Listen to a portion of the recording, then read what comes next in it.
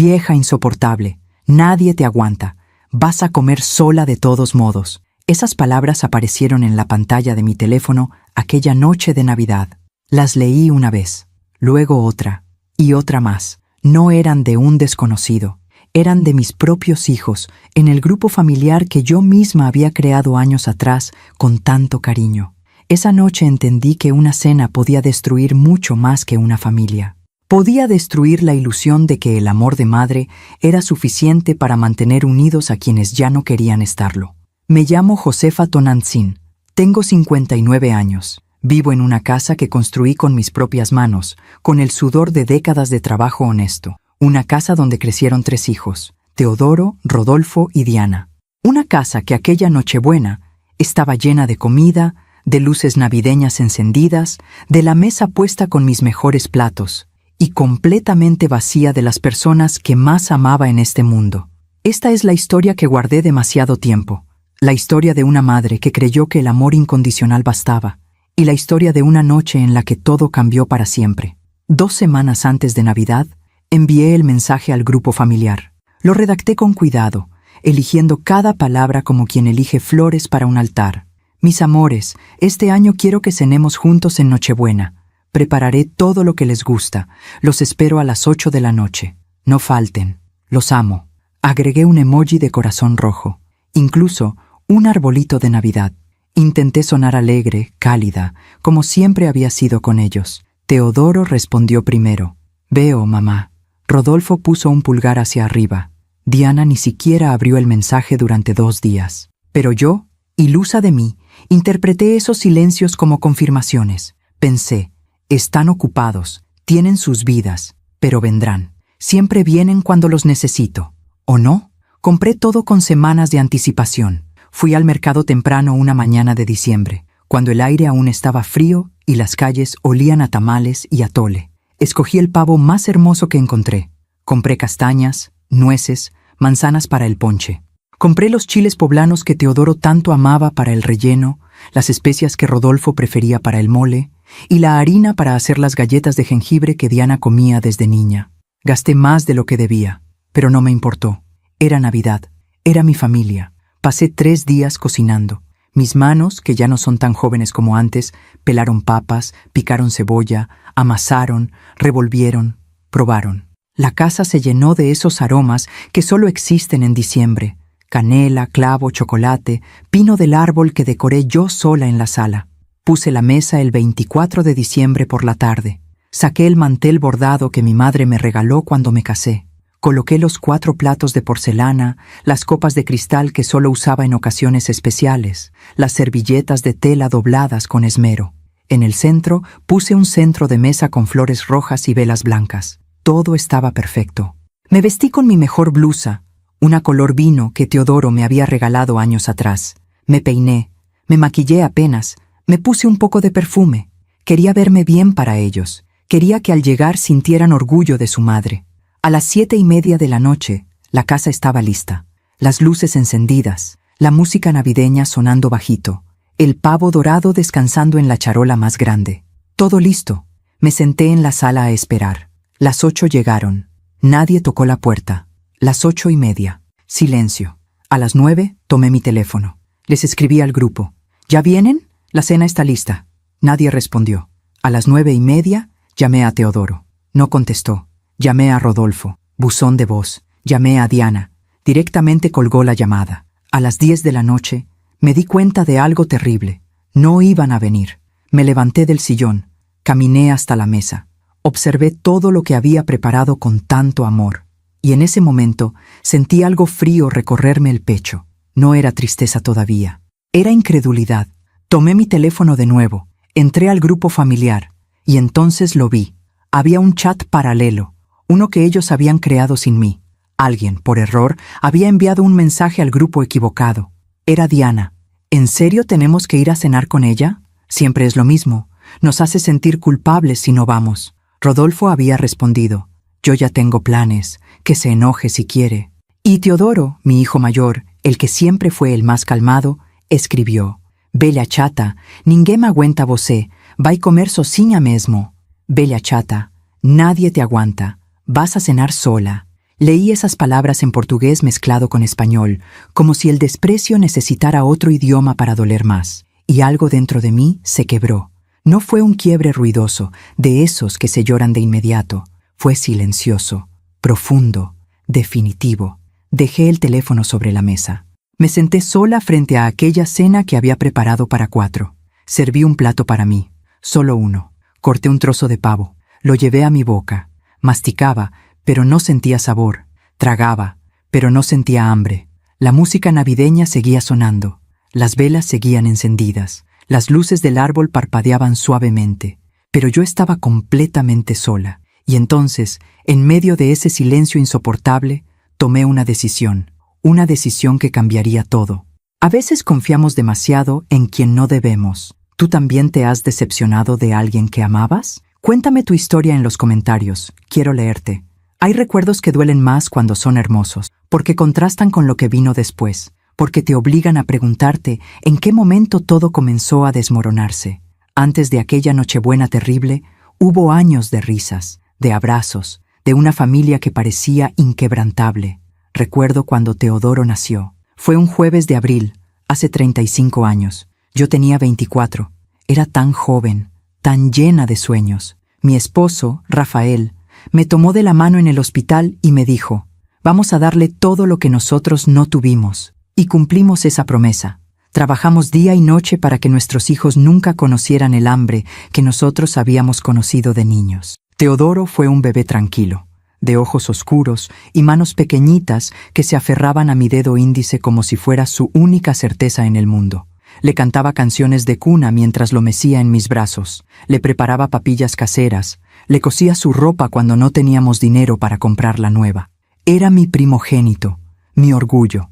2 años después llegó Rodolfo, y con él llegó el caos. Era un niño inquieto, curioso, siempre corriendo por la casa, siempre preguntando por qué. Se caía, se raspaba las rodillas, lloraba 5 minutos y volvía a correr. Rafael decía que Rodolfo había heredado mi energía. Yo decía que había heredado la terquedad de su padre. Los dos teníamos razón. Y 5 años más tarde, cuando ya pensaba que mi familia estaba completa, llegó Diana, mi única hija, mi niña de ojos claros y risa contagiosa. La recibí con lágrimas de felicidad, la última pieza de mi rompecabezas. Con ella, mi vida quedó completa. Vivíamos en una casa pequeña entonces. 2 recámaras, un baño, una cocina donde apenas cabía la mesa. Pero en esa casa humilde crecieron mis hijos rodeados de amor. Los domingos hacíamos carne asada en el patio. Los sábados veíamos películas juntos, apretujados en el único sillón que teníamos. En las noches, antes de dormir, les leía cuentos mientras ellos se peleaban por quién se acostaba más cerca de mí. Éramos felices. Rafael trabajaba en la construcción. Se iba al amanecer y regresaba al atardecer, con las manos llenas de callos y la ropa cubierta de polvo, pero siempre llegaba con una sonrisa. Siempre nos abrazaba antes de ir a bañarse. Siempre nos hacía sentir que todo iba a estar bien. Yo trabajaba limpiando casas, no me avergonzaba. Limpiaba oficinas, departamentos, casas enormes de gente que tenía más dinero del que sabía gastar. Me levantaba a las 5 de la mañana, dejaba desayuno preparado para los niños, tomaba 2 camiones para llegar a mi primer trabajo del día. Regresaba al mediodía, preparaba la comida, ayudaba a los niños con las tareas, luego salía de nuevo a limpiar otra casa por la tarde.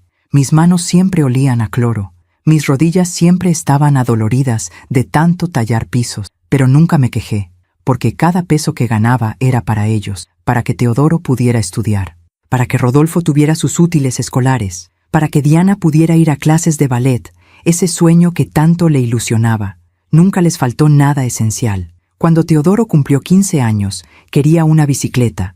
No teníamos dinero. Rafael y yo trabajamos turnos dobles durante 3 meses. Dejamos de comprar carne.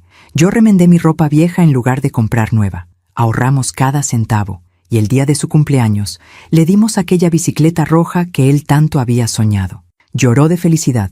Me abrazó tan fuerte que pensé que me quebraría las costillas. «Eres la mejor mamá del mundo», me dijo. Rodolfo quería ser futbolista. No teníamos para pagar una academia deportiva, pero Rafael lo llevaba cada fin de semana a jugar al parque, le enseñaba técnicas, lo alentaba. Yo le lavaba el uniforme a mano después de cada partido, aunque volviera empapado de lodo. Lo veía correr en esa cancha improvisada y sentía que todo mi cansancio valía la pena. Diana soñaba con ir a Disneylandia. Guardé dinero durante 4 años. 4 años sin comprarme un solo par de zapatos nuevos. 4 años comiendo frijoles y arroz cuando el dinero no alcanzaba. Pero cuando cumplió 10 años, la llevamos a Los Ángeles. Vi su carita iluminada frente al castillo de la Cenicienta y supe que cualquier sacrificio había valido la pena. Así criamos a nuestros hijos, con sacrificio, con amor, con la certeza de que todo lo que hacíamos tenía sentido. Cuando Rafael murió, hace 7 años, pensé que no iba a sobrevivir al dolor. Fue un infarto repentino. Salió al trabajo una mañana y nunca regresó. Me llamaron del hospital, pero cuando llegué ya era tarde. Ya no estaba. Mis hijos lloraron conmigo en el funeral. Teodoro, que ya tenía 28 años, me abrazó y me dijo: «No te preocupes, mamá, yo voy a cuidarte». Rodolfo, con 26, puso su mano sobre mi hombro y prometió: «Nunca te vamos a dejar sola». Diana, con 21 años, se aferró a mí y susurró: «Eres la mujer más fuerte que conozco». Y yo les creí. Les creí porque eran mis hijos, porque los había criado con valores, porque les había enseñado a honrar a sus padres, a ser agradecidos, a recordar de dónde venían. Durante los primeros meses, después de la muerte de Rafael, estuvieron presentes. Teodoro venía los domingos a arreglar cosas de la casa que se descomponían. Rodolfo me llevaba al mercado. Diana me visitaba entre semana y me ayudaba con la limpieza, pero poco a poco las visitas se fueron espaciando. Teodoro consiguió un ascenso en su trabajo. Empezó a viajar mucho. Sus visitas pasaron de ser semanales a mensuales. Rodolfo se casó con una mujer que nunca me miró con cariño. Desde el principio sentí su frialdad, pero no dije nada. No quería causar problemas. Las visitas se volvieron esporádicas. Siempre tenía una excusa: el trabajo, el tráfico, los compromisos sociales. Diana se fue a vivir a otra ciudad por su trabajo. Hablábamos por teléfono, pero ya no era lo mismo. Sus llamadas eran breves, apresuradas, siempre interrumpidas por algo más importante. Yo seguí trabajando. Limpié casas hasta los 55 años, cuando mi espalda ya no aguantó más. Pero había ahorrado. Había sido prudente. Compré esta casa más grande hace 10 años, cuando Rafael aún vivía. La puse a mi nombre. Fue mi refugio después de que él se fue. También compré 3 autos usados, pero en buen estado. 1 para cada hijo. Los puse a mi nombre porque quería asegurarme de que los cuidaran, de que supieran que eran un regalo valioso. Les dije: «Estos autos son suyos, pero están a mi nombre por si algún día necesitan venderlos o pasa algo legal. Es para protegerlos». Nunca imaginé que esa decisión se volvería tan importante. Mis hijos crecieron, se convirtieron en adultos, hicieron sus vidas, y yo, poco a poco, me convertí en una sombra. En alguien a quien llamaban solo cuando necesitaban algo: dinero para un pago, ayuda con los nietos que nunca me dejaban ver más de 1 hora, un favor rápido que yo siempre cumplía sin cuestionar.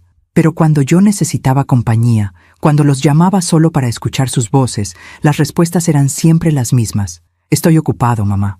Luego te llamo. No tengo tiempo ahorita». Y yo aceptaba, porque era su madre, porque el amor de madre no pide, no exige, no condiciona. O eso creía yo. Mientras cuento todo esto, pienso en dónde estarás escuchándome. Escribe el nombre de tu ciudad en los comentarios. Las grietas en una familia no aparecen de un día para otro. Se forman lentamente, como las fisuras en una pared antigua. Al principio son tan delgadas que ni siquiera las ves, pero están ahí, creciendo, esperando el momento de convertirse en abismos. La primera vez que sentí que algo estaba cambiando fue hace 3 años, en el cumpleaños de Teodoro. Cumplía 32. Yo había preparado su pastel favorito, uno de 3 leches con fresas que le encantaba desde niño. Lo llamé para preguntarle a qué hora podía pasar a dejárselo. «Mejor no vengas, mamá», me dijo con una voz extraña, distante. «Vamos a celebrar con los amigos y, bueno, ya sabes, es ambiente de adultos». Ambiente de adultos, como si yo fuera una niña, como si mi presencia avergonzara a mi propio hijo. Tragué saliva. No quise pelear. «Está bien, hijo. ¿Entonces paso mañana?» «Mejor te marco yo cuando tenga tiempo», respondió. Y colgó. Nunca marcó. El pastel se quedó en mi refrigerador durante 1 semana. Lo comí yo sola, un pedazo cada noche, mientras veía las fotografías viejas de cuando Teodoro era niño. En esas fotos, él me abrazaba con esa sonrisa enorme, sin dientes de enfrente, con los ojos brillantes de amor puro. ¿En qué momento ese niño se había convertido en un hombre que no quería verme? 2 meses después, Rodolfo me invitó a comer. Me emocioné. Había pasado tanto tiempo desde la última vez que compartíamos una comida juntos. Me arreglé bien, me puse mi mejor vestido. Llegué puntual al restaurante que él había elegido, pero cuando llegué, entendí por qué me había invitado. «Mamá, necesito que me prestes dinero», me dijo antes de que el mesero siquiera nos trajera el menú. «Son 100,000 pesos. Es urgente.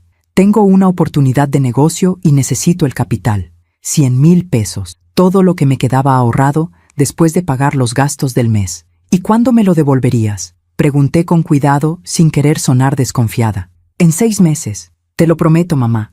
Es una inversión segura». Algo en mi interior me advirtió que no lo hiciera. Pero era mi hijo, mi Rodolfo, el niño inquieto que había cargado en mis brazos, que había curado cuando se enfermaba, que había alimentado con mi propio esfuerzo. Le di el dinero. Han pasado 3 años. Nunca me devolvió un solo peso. Cuando le pregunto, siempre tiene una excusa. «El negocio va lento. Estoy esperando un pago. Pronto te deposito». Pero el dinero nunca llega. Y las llamadas de Rodolfo tampoco. Solo me busca cuando necesita algo más. Con Diana fue diferente. Más sutil, más doloroso. Un sábado por la tarde, hace 2 años, me animé a visitarla sin avisar. Vivía en un departamento bonito al norte de la ciudad.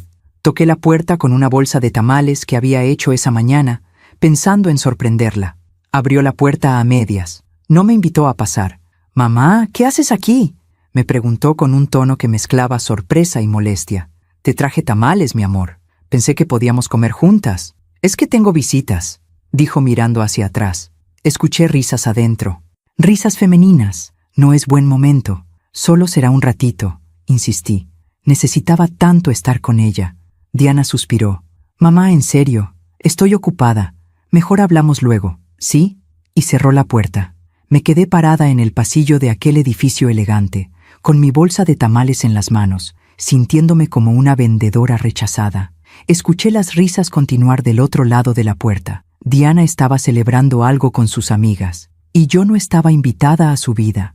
Regresé a casa en el autobús, con los tamales todavía calientes. Los repartí entre los vecinos. No quería comerlos sola. Me hubieran sabido a humillación. Pero lo peor no fueron esos momentos aislados. Lo peor fue darme cuenta de que se estaban convirtiendo en un patrón. Las llamadas telefónicas que hacía los domingos ya no eran respondidas. Mis mensajes en el grupo familiar quedaban sin leer durante días. Cuando les escribía «los extraño», nadie respondía. Cuando les preguntaba «¿cómo están?», recibía respuestas de una sola palabra: «Bien, ocupado. Después hablamos». Las invitaciones a mi casa siempre eran rechazadas. «No puedo, tengo trabajo. Ese día tengo compromiso. Mejor otro día». Pero ese otro día nunca llegaba. Me di cuenta de que solo me buscaban cuando me necesitaban. Teodoro me llamaba cuando necesitaba que le cuidara a su hijo, mi nieto de 6 años, porque la niñera había faltado. Me lo dejaba a las 7 de la mañana y lo recogía a las 9 de la noche, sin siquiera preguntarme si yo tenía planes. Yo dejaba todo para cuidar a ese niño hermoso. Le preparaba su comida favorita, jugaba con él, le contaba cuentos, y cuando Teodoro llegaba por él, apenas me daba las gracias. Se lo llevaba y no volvía a llamar hasta la siguiente emergencia. Rodolfo me buscaba cuando necesitaba que le firmara papeles del auto que estaba a mi nombre. «Es solo un trámite, mamá. Fírmame aquí». Yo firmaba sin leer, confiando en él.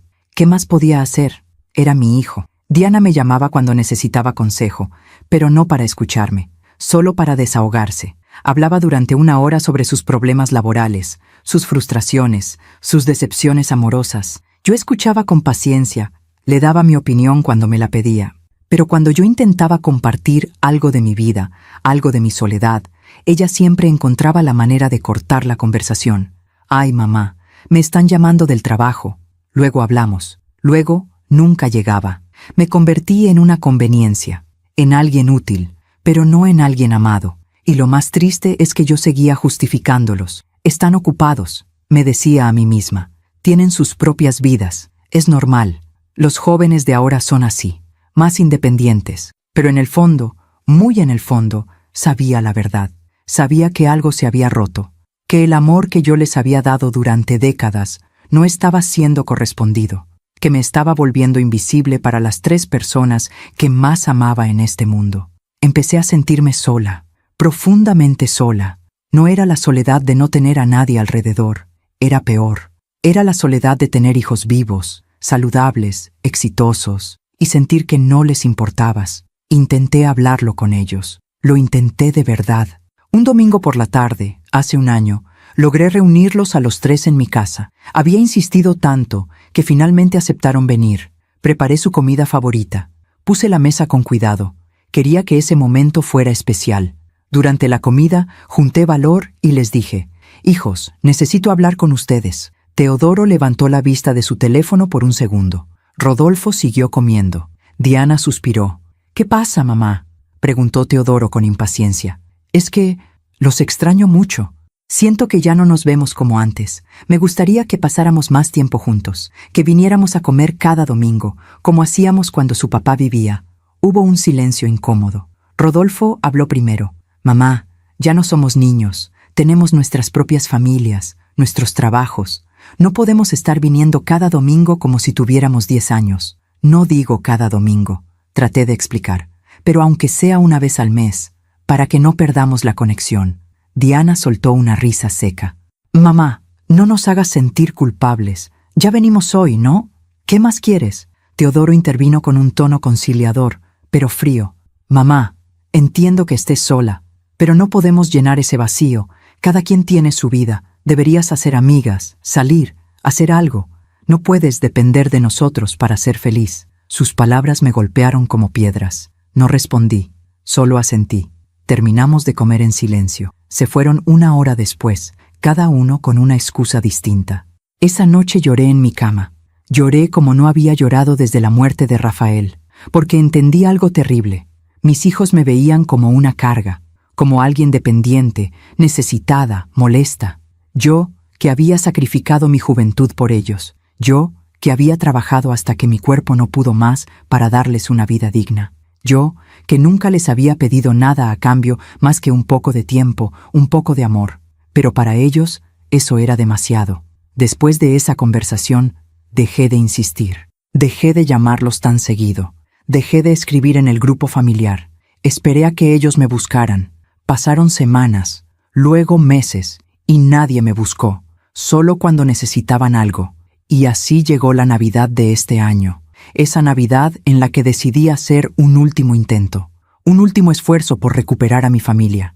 Les escribí con 2 semanas de anticipación. Les supliqué sin decir que estaba suplicando. Les abrí mi corazón con ese mensaje inocente. «Los espero a las 8 de la noche. No falten. Los amo». Y ellos respondieron con indiferencia, con emojis vacíos, con silencios. Debí saberlo.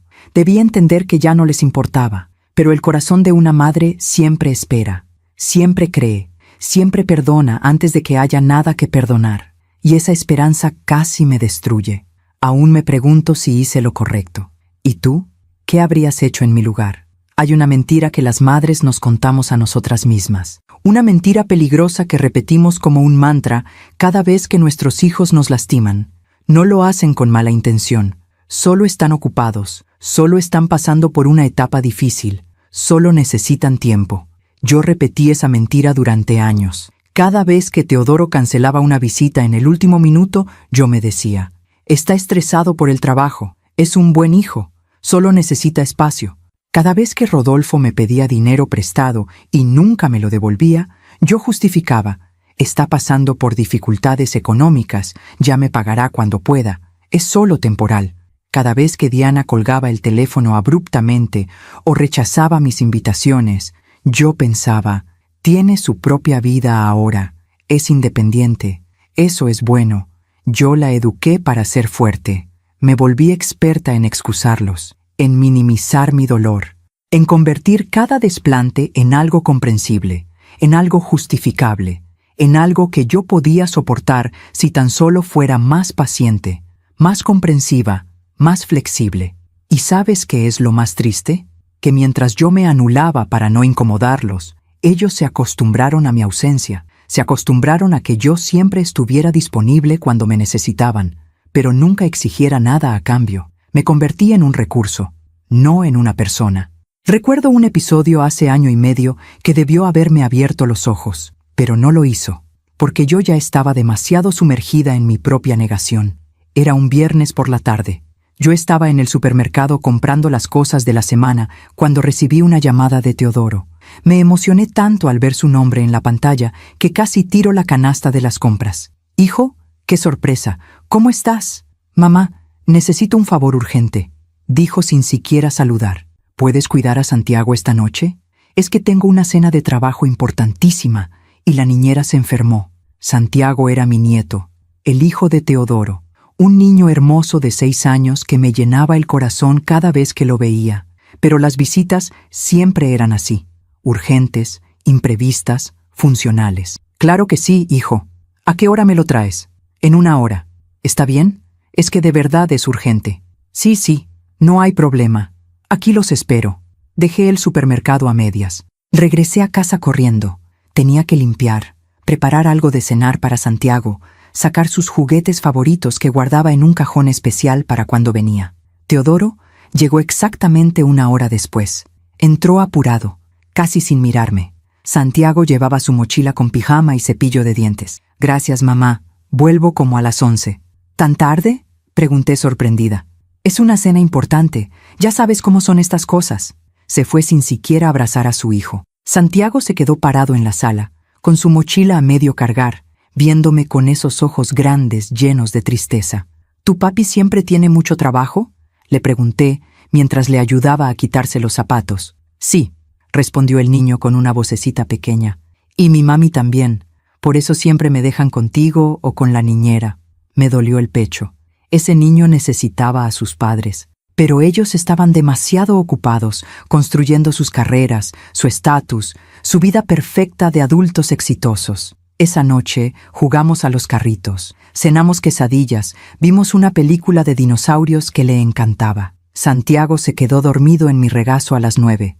Lo cargué hasta mi cama, lo arropé con cuidado, besé su frente. Las 11 llegaron. Teodoro no apareció. La medianoche. Nada. La 1 de la madrugada. Silencio. Le marqué. No contestó. Le escribí. No respondió. A las 2 de la mañana recibí un mensaje. «Perdón, mamá. La cena se alargó. ¿Puedes quedarte con él hasta mañana? Paso como a las 10. No me preguntó. Me informó. Respondí. «Está bien, hijo. Duérmete tranquilo». Pero no estaba bien. Yo tenía una cita médica a las 9 de la mañana del sábado. Una cita que había esperado 3 meses para que me revisaran una molestia en el pecho que me tenía preocupada. Pero cancelé la cita, porque mi nieto me necesitaba, porque Teodoro me necesitaba. ¿Y qué pasó? Teodoro llegó a las 2 de la tarde.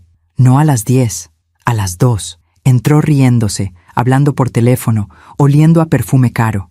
Cuando colgó, me dijo: «Gracias, mamá. La cena salió excelente. Creo que vamos a cerrar el contrato». «Qué bueno, hijo», respondí tratando de sonreír. «¿Verdad? Y después nos fuimos a un bar con el cliente. Se puso buenísima la noche. Después, se fue a un bar, mientras su hijo dormía en casa de su abuela, mientras su madre cancelaba su cita médica para cuidar al niño que él había dejado bajo la excusa de trabajo urgente. Pero no dije nada. Sonreí. Le di un abrazo. Le dije: «Me da gusto que te vaya bien». Teodoro tomó a Santiago de la mano y se fue.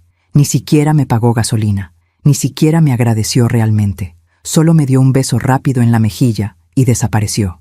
Me quedé parada en la puerta viendo cómo su auto se alejaba. Y en ese momento debí enojarme. Debí llamarlo y decirle que lo que había hecho no estaba bien, que no podía usarme así, que yo también tenía una vida, necesidades, compromisos, pero no lo hice, porque tenía miedo.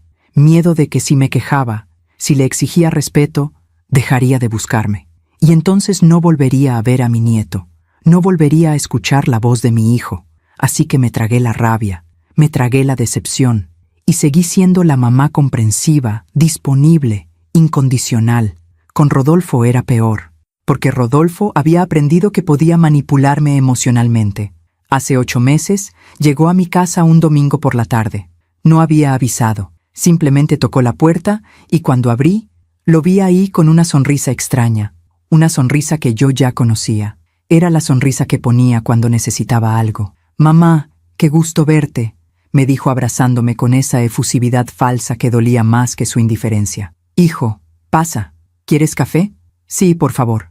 Nos sentamos en la cocina. Preparé café de olla, de ese que le gustaba con canela. Puse pan dulce en la mesa.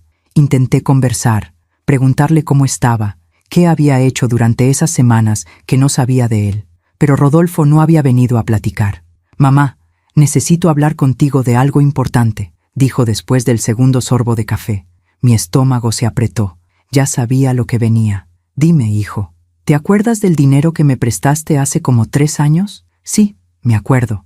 «Bueno, pues, todavía no he podido pagarte. Y la verdad es que estoy pasando por un momento muy difícil económicamente». Guardé silencio. Esperé a que continuara. El negocio no funcionó como esperaba. Perdí todo. Y ahora tengo deudas fuertes y... Bueno, vengo a pedirte otro favor. «Rodolfo, solo son 50,000 pesos, mamá. Te lo juro que esta vez sí te los pago. Es para salir de un adeudo que tengo con el banco. Si no pago, me van a embargar el auto que estaba a mi nombre. Hijo, yo ya no tengo esos ahorros. Lo que me prestaste hace 3 años era todo lo que tenía guardado. Ahora solo vivo de mi pensión». Su rostro cambió.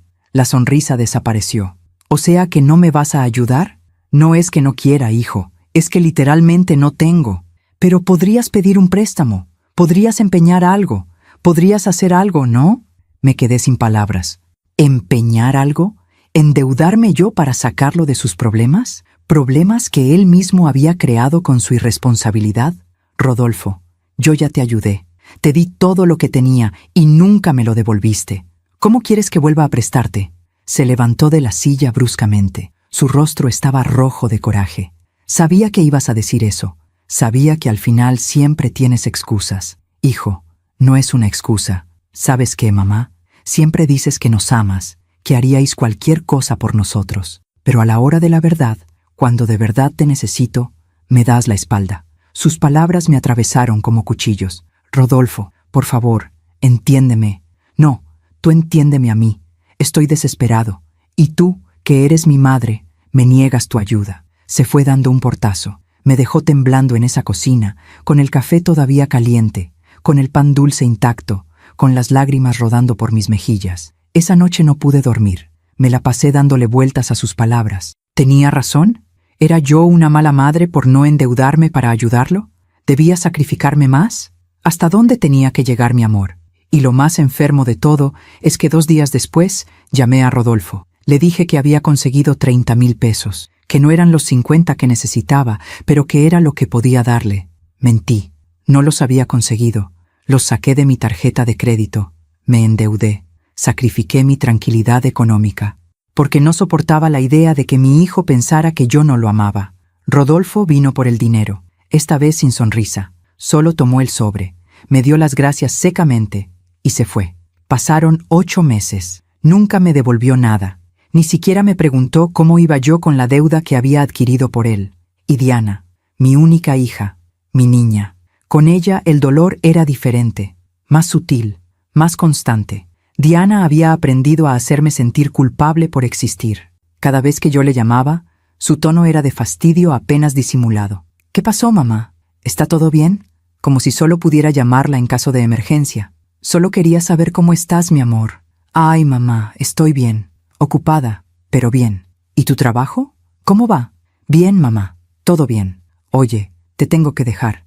Estoy en medio de algo». Siempre estaba en medio de algo. Siempre tenía prisa. Siempre había algo más importante que hablar conmigo. Hace 6 meses intenté visitarla de nuevo. Esta vez sí avisé. Le escribí: «Hija, voy a estar cerca de tu casa el jueves. ¿Puedo pasar a verte aunque sea un ratito?» Tardó horas en responder. «Mejor otro día, mamá. El jueves tengo mucho trabajo. ¿Y el viernes?» «El viernes tengo planes. ¿Y el fin de semana?» «Mamá, en serio, ahorita no puedo. Ya te aviso yo cuando tenga tiempo, ¿sí?» Nunca avisó. Me di cuenta de algo devastador. Mi propia hija me evitaba. Le incomodaba mi presencia.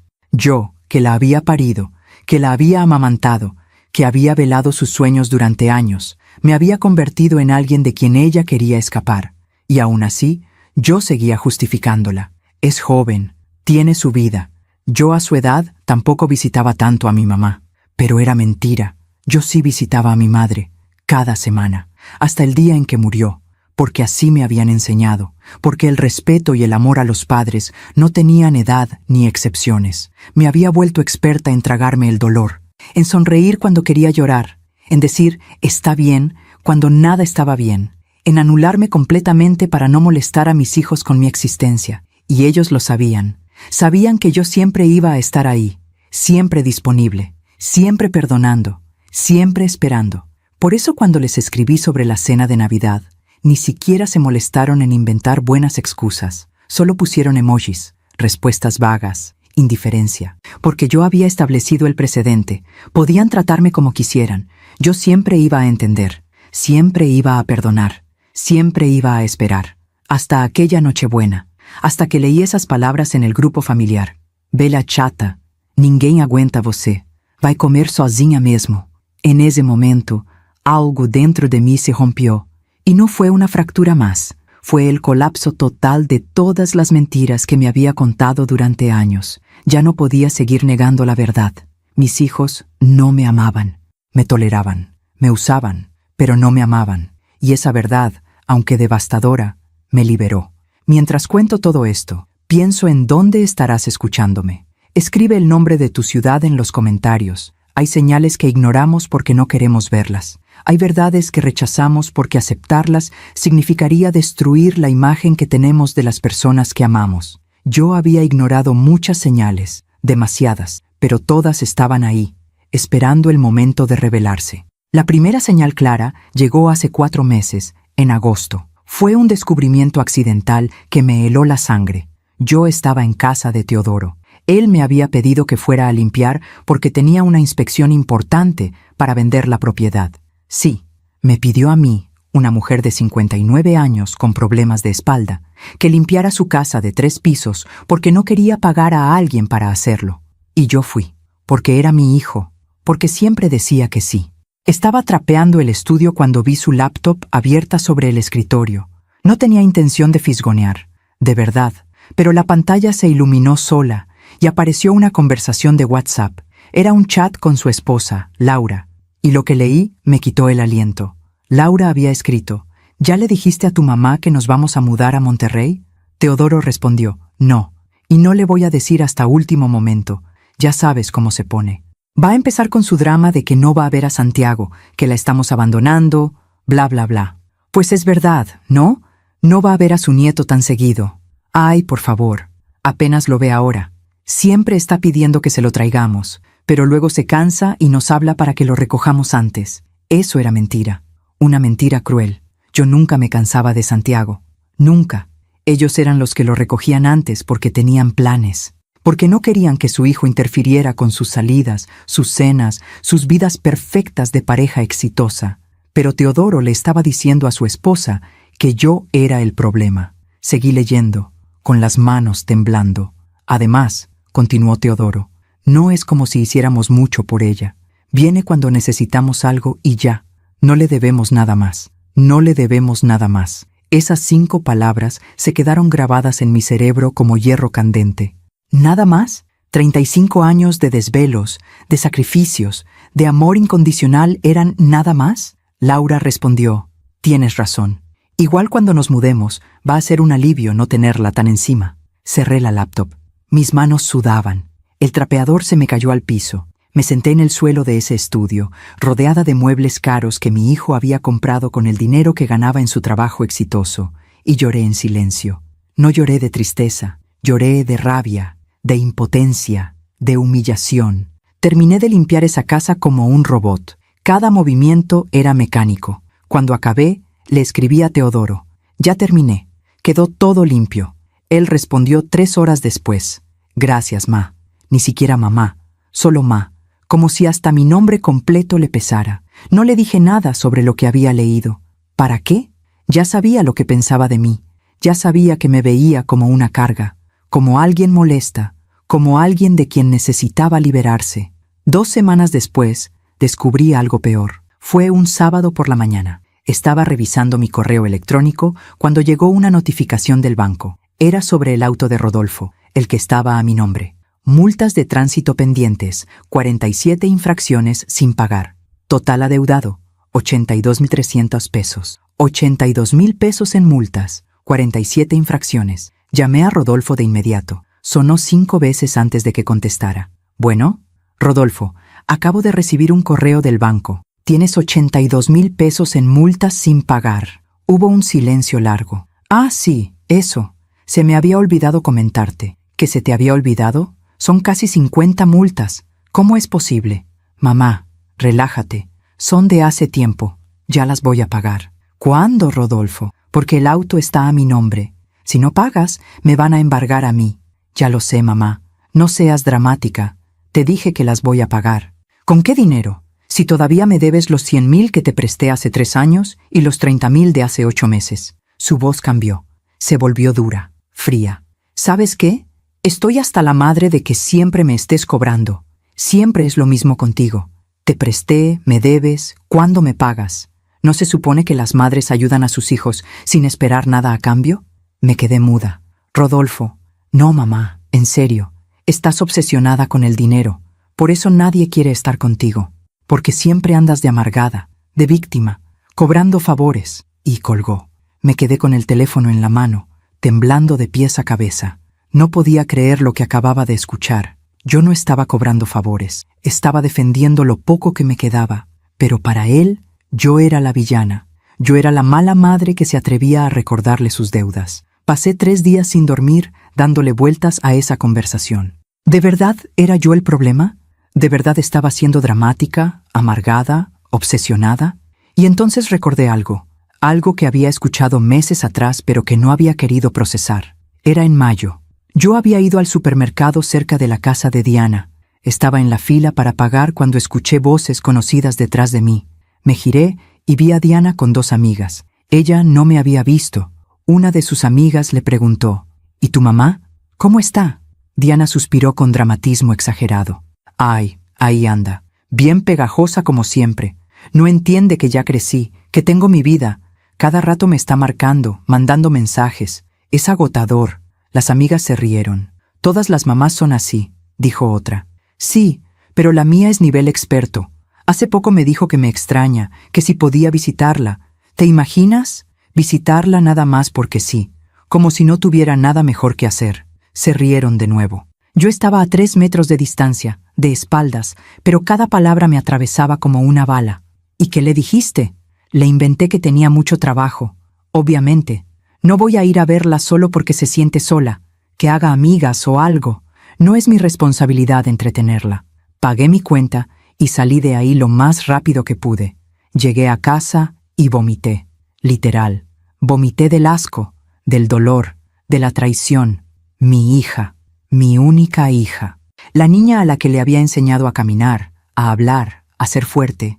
Esa misma niña hablaba de mí con desprecio frente a sus amigas. Me reducía a una mamá pegajosa, a un estorbo, a alguien patético que no tenía nada mejor que hacer que molestar a su hija exitosa. Todos estos descubrimientos parciales se fueron acumulando como piedras en mi pecho. Cada uno era doloroso por sí solo, pero juntos formaban una verdad insoportable. Mis hijos no solo me ignoraban, me despreciaban. Hablaban mal de mí a mis espaldas, se burlaban de mis sentimientos, me veían como una carga inútil de la que querían deshacerse, y lo peor de todo es que seguían fingiendo. Cuando me veían de frente, me hablaban con esa cortesía falsa, con esos «te quiero, mamá» vacíos, con esas promesas de «luego nos vemos» que nunca se cumplían. Vivían una doble vida. Conmigo eran hijos aparentemente respetuosos. Lejos de mí eran crueles, desagradecidos, burlones. Empecé a preguntarme cuántas otras conversaciones habrían tenido sobre mí, cuántas veces habrían puesto los ojos en blanco cuando les marcaba, cuántas veces habrían suspirado con fastidio al ver mi nombre en sus pantallas. Me sentí como una tonta, como una vieja ilusa que había creído que el amor de madre era suficiente para mantener unida a una familia, pero no era suficiente, nunca lo fue. Ellos habían crecido, habían formado sus propias vidas, y en esas vidas yo ya no cabía, era un estorbo. una reliquia del pasado que les recordaba sus orígenes humildes, sus obligaciones morales, su deuda emocional, y esa deuda, evidentemente, no querían pagarla. Hace 3 meses hice algo que nunca había hecho. Revisé mi testamento. Lo había hecho años atrás, cuando Rafael murió. En ese testamento dejaba todo dividido equitativamente entre mis 3 hijos, la casa, mis ahorros, mis pertenencias. También especificaba que los 3 autos que estaban a mi nombre les pertenecían oficialmente a ellos. Mientras leía ese documento, sentí una mezcla de tristeza y rabia. ¿De verdad iba a dejarles todo? ¿Después de cómo me trataban? ¿Después de la humillación constante? ¿Del desprecio? ¿Del olvido? Guardé el testamento en mi cajón. No hice nada con él todavía, pero algo había cambiado dentro de mí. Una semilla de rabia había comenzado a germinar. Ya no era solo dolor, ya no era solo tristeza. Era indignación, porque yo no merecía esto. Nadie merecía esto. No importaba cuánto hubiera sacrificado por ellos. No podía obligarlos a amarme, pero tampoco tenía que seguir sometiéndome a su crueldad. Y entonces llegó diciembre, llegó la Navidad, llegó mi último intento por recuperar a mi familia. Les escribí ese mensaje con 2 semanas de anticipación. Los invité con toda mi alma, preparé esa cena con todo mi corazón, y ellos ni siquiera tuvieron la decencia de inventar una buena mentira. Solo pusieron emojis, respuestas de una palabra. Indiferencia total. Debí haberlo sabido. Todas las señales estaban ahí. Todos los descubrimientos parciales apuntaban a la misma conclusión. No iban a venir. Nunca tuvieron la intención de venir. Pero yo, terca como siempre, quise creer que había una posibilidad. Una última posibilidad de que recordaran quién era yo, de que recordaran todo lo que había hecho por ellos, de que el espíritu navideño, al menos, los hiciera reflexionar. Me equivoqué. El 24 de diciembre, a las 10 de la noche, mientras yo estaba sentada frente a esa mesa llena de comida que nadie iba a comer, leí ese mensaje en el grupo familiar. Ese mensaje que me destruyó y al mismo tiempo me liberó. Velha chata, ninguém aguenta você. Vai comer sozinha mesmo. Y en ese momento, todos los descubrimientos parciales se unieron en una revelación completa. Mis hijos no me amaban, y yo ya no tenía que fingir que todo estaba bien. Era hora de tomar una decisión que cambiaría todo para siempre. Hay momentos en la vida que te cambian para siempre, momentos que dividen tu existencia en un antes y un después. Para mí, ese momento fue la noche del 24 de diciembre, sentada frente a una mesa llena de comida que nadie vino a compartir, leyendo palabras que nunca debí haber leído. Velha chata, ninguém aguenta você, vai comer sozinha mesmo. Las leí 1 vez, 2, 3, como si leerlas más veces fuera a cambiar su significado, como si de repente fueran a transformarse en palabras de amor, de arrepentimiento, de disculpa, pero no cambiaban, seguían ahí, crueles, definitivas, verdaderas. El grupo familiar tenía un nombre que yo misma había puesto años atrás, Familia Tonantzin. Amor eterno. Qué irónico, qué dolorosamente irónico. Miré la pantalla hasta que se me nublaron los ojos. No de lágrimas, ya no me quedaban lágrimas. Era algo más profundo que la tristeza. Era la muerte de una ilusión. La muerte de la madre que había creído que el amor incondicional era suficiente. Me levanté de la silla. Mis piernas temblaban, pero logré sostenerme. Caminé hacia la ventana de la cocina. Afuera, las casas de mis vecinos brillaban con luces navideñas. Escuchaba risas lejanas, música, celebración. El mundo seguía girando. Las familias seguían reunidas. La Navidad seguía siendo mágica. Para todos, menos para mí. Regresé a la mesa. Observé cada detalle de esa cena que había preparado con tanto amor. El pavo dorado, perfecto, cortado con precisión. El mole que había tardado 2 días en preparar, con la receta de mi abuela. Las castañas caramelizadas, el ponche humeante en la olla grande, las galletas de jengibre decoradas a mano, cada una con un mensaje. Te amo, Teodoro. Te amo, Rodolfo. Te amo, Diana. Qué patética me veía a mí misma. Una mujer de 59 años escribiendo mensajes de amor en galletas para hijos que ni siquiera tuvieron la decencia de rechazar la invitación de frente. Tomé mi teléfono de nuevo. Volví a leer el mensaje. Esta vez me fijé en un detalle que no había notado antes. El mensaje de Teodoro había sido enviado al grupo equivocado. Ellos tenían un chat paralelo, uno sin mí, donde hablaban libremente. Y por error, Teodoro había mandado ese insulto al grupo donde yo sí estaba. Entré a ese chat paralelo. Diana lo había borrado rápidamente, pero alcancé a ver que tenía un nombre. Los tres, como si fueran la verdadera familia, como si yo fuera una extraña de quien había que protegerse, de quien había que hablar a escondidas. Quise gritar, quise romper algo, quise llamarlos y decirles todo lo que sentía, todo el dolor que me habían causado, toda la rabia que tenía acumulada. Pero no lo hice, porque en medio de ese dolor insoportable, algo cambió dentro de mí. Algo fundamental. Me di cuenta de que ya no quería su amor, ya no quería sus disculpas, ya no quería sus promesas vacías. Quería justicia, no venganza. Justicia. Había una diferencia. La venganza busca herir, la justicia busca equilibrar. Y después de años de desequilibrio, de dar sin recibir, de amar sin ser amada, de sacrificarme sin ser valorada, era hora de equilibrar la balanza. Me senté de nuevo frente a la mesa. Serví un plato para mí, solo uno. Corté un trozo de pavo y lo llevé a mi boca. Esta vez sí sentí el sabor. Estaba delicioso, perfecto. Había hecho un trabajo excepcional. Comí despacio, probé cada platillo. El mole, las castañas, el ponche, las galletas, todo estaba exactamente como debía estar. Yo había cumplido mi parte. Había demostrado mi amor de la única manera que sabía, cocinando, preparando, dando. Ellos eran los que habían fallado, no yo. Terminé de cenar alrededor de las 11 de la noche. Recogí la mesa.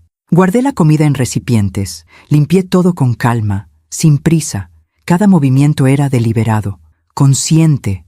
A las 11:30 me senté en la sala. Las luces del árbol de Navidad parpadeaban suavemente.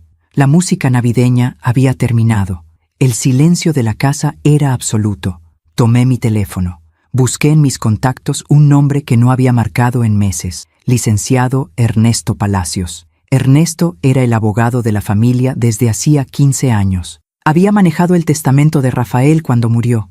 Había gestionado la compra de mi casa. Conocía perfectamente mis propiedades, mis cuentas, mis documentos legales. Miré la hora. 11:40 de la noche. Era tarde. Demasiado tarde para llamar. Pero algo dentro de mí me urgía a hacerlo. Como si esperar hasta el día siguiente fuera a hacerme arrepentir. Como si la lucidez que había alcanzado fuera tan frágil que podía desvanecerse con el amanecer. Marqué. Sonó 3 veces, 4, 5. Pensé que no iba a contestar, pero contestó. ¿Bueno? Su voz sonaba somnolienta, confundida. Licenciado Palacios, soy Josefa Tonantzin. Hubo una pausa. ¿Doña Josefa? ¿Está todo bien? Es muy tarde. Lo sé. Disculpe la hora. Pero necesito que me ayude con algo urgente. Esta misma noche. Su tono cambió. Se volvió alerta. Profesional. ¿Qué necesita? Respiré profundo. Las palabras estaban en mi garganta, esperando salir, pero una parte de mí todavía dudaba. ¿De verdad iba a hacer esto? ¿De verdad iba a tomar una decisión tan drástica, tan definitiva? Miré hacia la mesa ya vacía. Recordé las horas que pasé cocinando. Recordé la ilusión con la que había decorado. Recordé la esperanza con la que había esperado. Y recordé las palabras. Bella chata, ninguém aguenta você.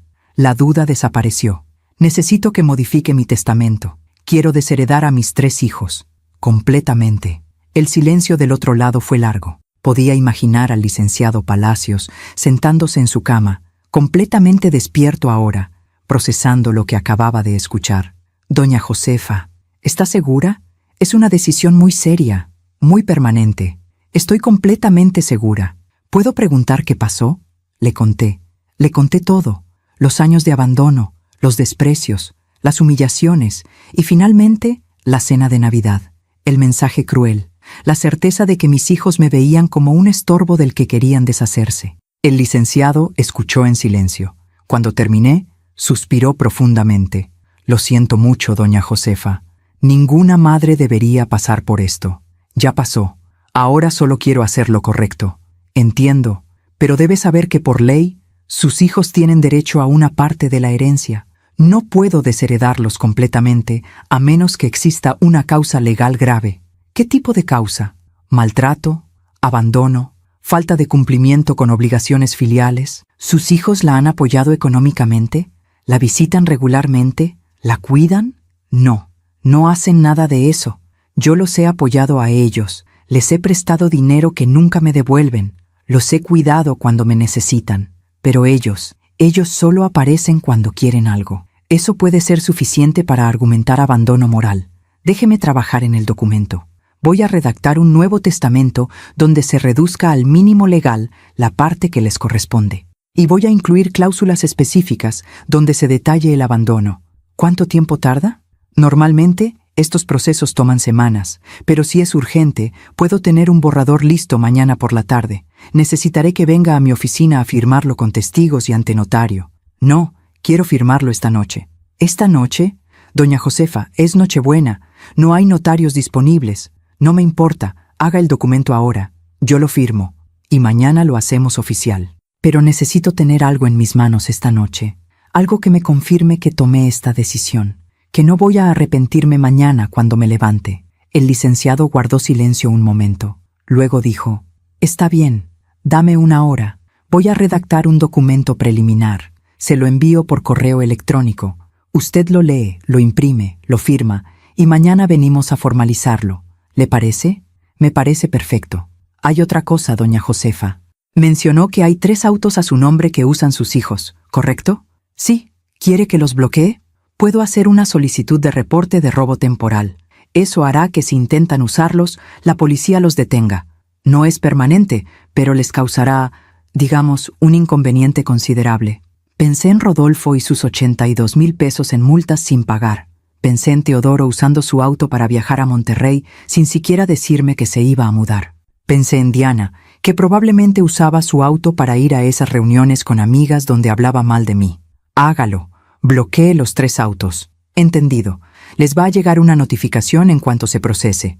Probablemente mañana en la mañana. Perfecto. Doña Josefa, una última pregunta. Y discúlpeme por hacerla, pero es mi obligación como su abogado.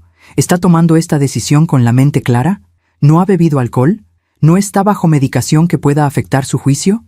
Licenciado, llevo 59 años tomando decisiones con la mente clara. Esta es la más clara de todas. Está bien, confío en usted. Entonces manos a la obra. Le mando el documento en una hora. Revíselo con calma. Y si está de acuerdo, nos vemos mañana a las 10 de la mañana en mi oficina para firmarlo oficialmente. Ahí estaré. Colgué el teléfono. Mis manos ya no temblaban. Mi corazón latía con calma. Una calma extraña, considerando lo que acababa de hacer. Me levanté del sillón. Fui a la cocina. Me serví una taza de ponche caliente. Regresé a la sala y me senté frente al árbol de Navidad. Mientras esperaba el correo del licenciado Palacios, pensé en mis hijos. Pensé en los niños que habían sido. En los adolescentes llenos de sueños. En los adultos en los que se habían convertido. Y me di cuenta de algo que nunca antes había querido admitir.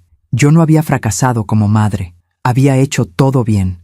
Les había dado amor, educación, valores, oportunidades. Ellos habían fracasado como hijos, y eso no era mi culpa. No era mi responsabilidad cargar con la culpa de sus decisiones, de su ingratitud, de su crueldad. A las 12:30 de la madrugada, llegó el correo electrónico. Lo abrí con manos firmes. Leí cada palabra del documento. Era claro, legal, definitivo. Testamento de Josefa Tonantzin Ramírez. Por la presente, revoco cualquier testamento anterior y establezco lo siguiente. Debido al abandono moral y emocional sistemático por parte de mis 3 hijos, Teodoro, Rodolfo y Diana, y en uso de las facultades que me otorga la ley, dispongo que mi patrimonio sea distribuido de la siguiente manera. El mínimo legalmente establecido para cada hijo, y el resto será donado a organizaciones benéficas que apoyan a mujeres adultas mayores en situación de abandono. Seguí leyendo. Cada línea era un acto de justicia, de dignidad, de amor propio. Imprimí el documento. Lo firmé con mi nombre completo. Lo guardé en un sobre manila. Eran las 2 de la mañana del 25 de diciembre. Navidad. El día del nacimiento, del perdón, de la familia. Pero para mí era el día de mi renacimiento, del fin de una etapa de sumisión y el comienzo de una etapa de dignidad. Me fui a dormir esa noche con una paz que no había sentido en años. No era felicidad, era algo mejor, era certeza.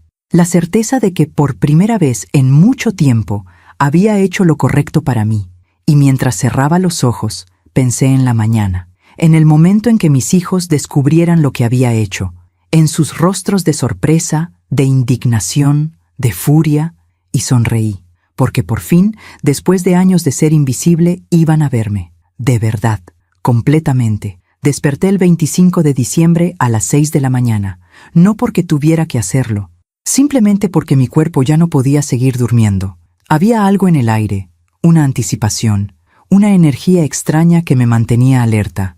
Me levanté, me preparé un café y me senté en la cocina a esperar. No sabía exactamente qué estaba esperando, pero sabía que algo iba a pasar, algo grande. A las 7:30 de la mañana, mi teléfono sonó. Era Rodolfo. No contesté. Volvió a llamar. Y otra vez. Y otra. 5 llamadas en 10 minutos. Finalmente, dejó un mensaje de voz. Lo escuché. «Mamá, ¿qué chingados hiciste? Acabo de recibir una notificación de que mi auto fue reportado. No puedo usarlo. Llámame. Es urgente». Su voz no era preocupada. Era furiosa. Borré el mensaje. A las 8 de la mañana, Diana empezó a escribirme por WhatsApp. «Mamá, ¿por qué reportaste mi auto? Mamá, contesta. Mamá, esto es ridículo. Tengo compromisos hoy. ¿Qué te pasa? ¿Ahora te estás vengando porque no fuimos a tu cena?» Leí cada mensaje con calma. No respondí ninguno. A las 8:30, Teodoro me llamó. Esta vez sí contesté. Necesitaba escuchar su voz. Necesitaba confirmar lo que ya sabía, que solo me buscaban cuando les afectaba algo. «Mamá, buenos días, Teodoro. ¿Qué hiciste? Me llegó una notificación de que mi auto fue reportado como robado. Tuve que dejar a Santiago con los vecinos porque no puedo moverme. Explícame qué está pasando». Su tono era de exigencia, no de preocupación por mí, solo por su inconveniencia. «Los autos están a mi nombre, Teodoro, y decidí ejercer mi derecho de reportarlos». «¿Tu derecho? ¿De qué hablas? Ese auto es mío. Yo lo uso. Yo pago el seguro. Pero está a mi nombre. Y anoche, mientras cenaba sola en Nochebuena, decidí que era momento de hacer algunos cambios». Hubo un silencio. Podía imaginar su rostro, procesando lo que acababa de decir. «Espera, ¿esto es porque no fuimos a tu cena? Esto es porque ninguno de ustedes tuvo la decencia de decirme que no iban a venir. Porque en lugar de eso, escribieron en su chat privado que soy una vieja chata que nadie aguanta». Otro silencio. Este más largo, más pesado. «Mamá, yo... ¿Tú qué, Teodoro? ¿Vas a decir que no es verdad? Porque lo leí, con mis propios ojos, en el grupo familiar. Por error lo mandaste al grupo equivocado. Fue un momento de frustración. No lo dije en serio». «¿Ah, no? Entonces, ¿por qué lo escribiste? ¿Por qué tienen un chat sin mí donde hablan de lo molesta que soy?» «Mamá, todos necesitamos desahogarnos a veces. Pues yo también necesito desahogarme, Teodoro. Y anoche me desahogué llamando a mi abogado». «¿Tu abogado? ¿Para qué?» «Para modificar mi testamento. Y para bloquear los autos que tanto disfrutan usar, pero que están a mi nombre». Su respiración se aceleró. Podía escucharla a través del teléfono. «No puedes hacer eso. Ya lo hice. A las 10 tengo cita para firmar el documento oficial. Los autos van a permanecer bloqueados hasta que yo decida qué hacer con ellos. Y en cuanto al testamento, bueno, van a tener que esperar a que me muera para saber exactamente qué cambié». «Mamá, estás siendo irracional. Estás reaccionando emocionalmente». «¿Irracional? 35 años criándote, sacrificándome por ti, y tú me llamas irracional porque finalmente reacciono a años de desprecio». «No es desprecio, mamá. Es solo que tenemos nuestras vidas. Estábamos ocupados. No pudimos ir a una cena. No es para tanto. No pudieron ir a una cena, pero sí pudieron ir a un bar después de tu cena de trabajo urgente, hace 1 año y medio, mientras yo cuidaba a tu hijo hasta las 2 de la madrugada. Yo te agradecí por eso, con un gracias, mamá seco, sin siquiera preguntarme cómo estaba, sin siquiera pagar gasolina, usando mi tiempo, mi casa, mi amor como si fueran recursos gratuitos e ilimitados. ¿Ahora vas a cobrarme por cuidar a tu nieto? No, Teodoro, no voy a cobrarte, pero tampoco voy a seguir siendo tu conveniencia, tu recurso de emergencia, tu madre invisible que solo existe cuando la necesitas. Eres mi madre. Se supone que debes estar ahí cuando te necesitamos». Sus palabras me golpearon, pero esta vez, en lugar de dolerme, me dieron claridad. «Tienes razón. Soy tu madre. Y estuve ahí toda tu vida, cada día, cada noche, cada momento que me necesitaste y cada momento que no. Pero tú, Teodoro, ¿cuándo has estado para mí? ¿Cuándo me has llamado solo para saber cómo estoy? ¿Cuándo me has visitado sin necesitar algo a cambio? No respondió. Exacto, nunca, porque para ti yo solo existo en función de lo que puedo darte. Pero ya no más, hijo, ya no más. Mamá, por favor, no hagas esto. Hablemos con calma. Tengo que irme. El licenciado Palacios me espera a las 10. Mamá, espera. Colgué. Mis manos temblaban, pero no de miedo. Era adrenalina. Era poder. Era la sensación de finalmente, después de años, poner límites. 10 minutos después, llegó un mensaje al grupo familiar. Era de Diana. Mamá, ¿en serio? ¿Ahora nos vas a castigar como si fuéramos niños? Esto es patético. Rodolfo respondió. Es increíble. Toda la vida sacrificándose y ahora resulta que lo hacía para cobrárnoslo después. Típico. Teodoro escribió. Mejor hablemos cuando se le pase el berrinche. Berrinche. 35 años de amor incondicional reducidos a un berrinche. Escribí en el grupo por primera vez en semanas. No es un berrinche, es una decisión consciente. Ustedes decidieron que no querían una madre. Yo decidí que no quiero hijos que me traten como basura. Estamos en paz. Y salí del grupo. Bloqueé los 3 números. Silencié el WhatsApp. A las 9:30 de la mañana, salí de mi casa rumbo a la oficina del licenciado Palacios. Iba vestida con mi mejor ropa, peinada, maquillada, erguida. No iba como una víctima. Iba como una mujer que había recuperado su dignidad. Llegué puntual. El licenciado Palacios me esperaba en su oficina junto con 2 testigos y un notario que, a pesar de ser Navidad, había aceptado venir por un pago extra. Doña Josefa, buenos días. ¿Tuvo una noche tranquila? La más tranquila en años, licenciado. Me da gusto. Tengo el documento listo. ¿Quiere revisarlo una vez más antes de firmar? No es necesario. Confío en su trabajo. Muy bien. Entonces procedamos. El notario leyó el documento en voz alta. Cada palabra era un clavo en el ataúd de mi antigua vida. Cada cláusula era una declaración de independencia. Por abandono moral y emocional sistemático, por falta de cumplimiento de obligaciones filiales, por maltrato psicológico manifestado en mensajes despectivos. Cuando terminó de leer, me pasó la pluma. Doña Josefa, ¿está segura de querer firmar este documento? Miré al notario a los ojos. Completamente segura. Firmé. Mi nombre fluyó con firmeza sobre el papel. Josefa Tonantzin Ramírez, una mujer libre. Los testigos firmaron. El notario selló el documento. El licenciado Palacios lo guardó en su archivo. Listo, dijo con una sonrisa triste. Oficialmente su testamento ha sido modificado. Sus hijos recibirán solo el mínimo que la ley establece. El resto será para las organizaciones que usted eligió. Perfecto. ¿Y los autos? Los autos están bloqueados. He enviado la documentación correspondiente. Si sus hijos quieren recuperarlos, tendrán que venir a hablar conmigo. Y tendrán que pasar por un proceso legal que les tomará al menos 6 semanas. Excelente. Doña Josefa, ¿me permite hacerle una pregunta personal? Dígame, ¿no tiene miedo de que sus hijos la demanden? ¿De que esto se vuelva una batalla legal? Que lo intenten. Tengo toda la documentación, mensajes, registros de llamadas, evidencia de préstamos no devueltos, abandono comprobable. Si quieren pelear, van a perder. El licenciado asintió con respeto. Es usted una mujer muy valiente. No soy valiente, licenciado. Solo me cansé de ser invisible.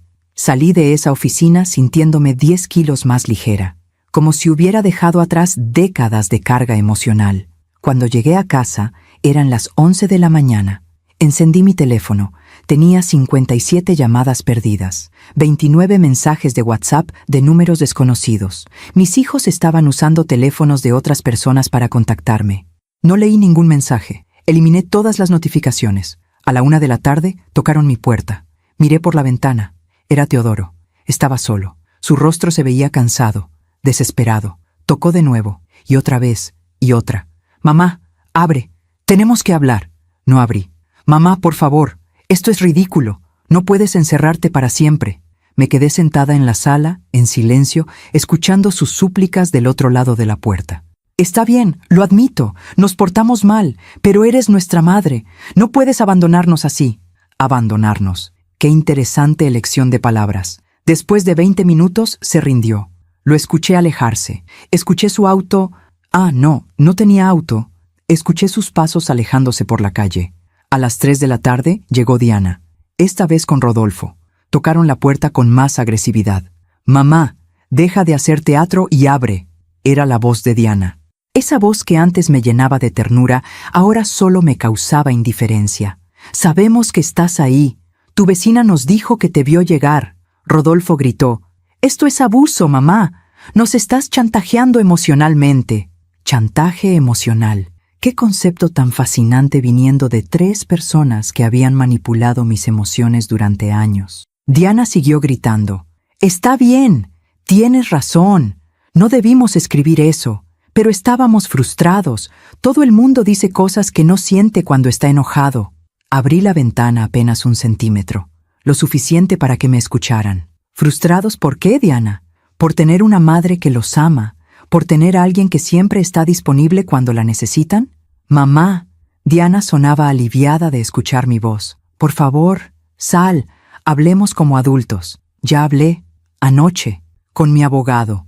Esa fue mi conversación de adultos. Rodolfo intervino. «¿Entonces qué? ¿Ya no somos tus hijos? ¿Vas a borrarnos de tu vida por un mensaje estúpido?» No fue un mensaje, Rodolfo. Fueron años, años de desprecio, de olvido, de usarme. Ese mensaje solo fue la gota que derramó el vaso. «Mamá, por favor». Diana empezó a llorar, o al menos fingía hacerlo. «Te queremos, de verdad te queremos». ¿Me quieren? ¿Dónde estaba ese amor ayer? ¿Dónde estaba cuando preparé una cena para 4 y comí sola? ¿Dónde estaba cuando los necesité todos estos años y nunca estuvieron? «Vamos a cambiar», prometió Teodoro, que evidentemente había regresado. «Te lo juramos, vamos a ser mejores hijos. Es muy tarde para eso». «No digas eso», gritó Diana. «Nunca es tarde para una familia». «Tienes razón, Diana. Nunca es tarde para una familia. Pero ustedes dejaron de ser mi familia hace mucho tiempo. Solo que yo me negaba a verlo». Cerré la ventana. Los escuché gritar, suplicar, amenazar. Durante 1 hora estuvieron ahí, hasta que finalmente se fueron. Esa noche me senté en mi sala vacía. Las luces del árbol de Navidad seguían encendidas. La casa olía todavía a pavo y canela. Y por primera vez en años me sentí en paz. Había perdido a mis 3 hijos, pero había recuperado algo más valioso: mi dignidad. No era una pérdida, era una liberación. Los días siguientes a la Navidad fueron extraños, silenciosos, pero no del tipo de silencio que duele. Era el silencio de una casa finalmente en paz, el silencio de una vida sin drama, sin manipulación, sin esperar llamadas que nunca llegaban o mensajes que nunca respondían. Era el silencio de la libertad. El 26 de diciembre desperté tarde, a las 9 de la mañana. No porque tuviera que madrugar para cocinar, limpiar o estar disponible por si alguien me necesitaba. Desperté cuando mi cuerpo lo decidió. Preparé café solo para mí. Desayuné las sobras de la cena navideña sentada en el patio, viendo los pájaros que visitaban el árbol de mangos. No revisé mi teléfono. No esperé mensajes. No sentí culpa por no estar disponible. Por primera vez en años, simplemente existí para mí misma. Esa tarde, empecé a empacar las cosas de mis hijos que aún estaban en mi casa, cajas de recuerdos que habían dejado temporalmente y que se habían convertido en permanentes. Ropa vieja, juguetes de cuando eran niños, fotografías, diplomas. Cada objeto era una memoria, pero ya no eran memorias que me traían alegría. Eran recordatorios de personas que ya no existían, porque los niños que había criado con tanto amor se habían convertido en adultos que no reconocía. Empaqué todo con cuidado, no por ellos, por mí, porque yo no era como ellos. Yo no destruía, yo no desechaba, yo respetaba el pasado, aunque el presente me hubiera lastimado. El 27 de diciembre recibí una llamada del licenciado Palacios. «Doña Josefa, buenos días. ¿Cómo se encuentra?» «Bien, licenciado. Muy bien, de hecho. Me da gusto escuchar eso. Le llamo porque sus hijos vinieron a mi oficina ayer». «¿Los 3?» «Los 3. Querían hablar sobre los autos. Y también, bueno, querían saber si era posible revertir el cambio en el testamento». «¿Y qué les dijo?» «Les dije la verdad, que el testamento es su decisión y solo usted puede modificarlo, y que los autos permanecerán bloqueados hasta que usted decida lo contrario». «¿Cómo reaccionaron?» Teodoro intentó ser diplomático.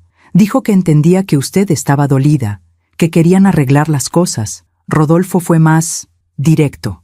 Me amenazó con demandarlo por conspiración o algo así.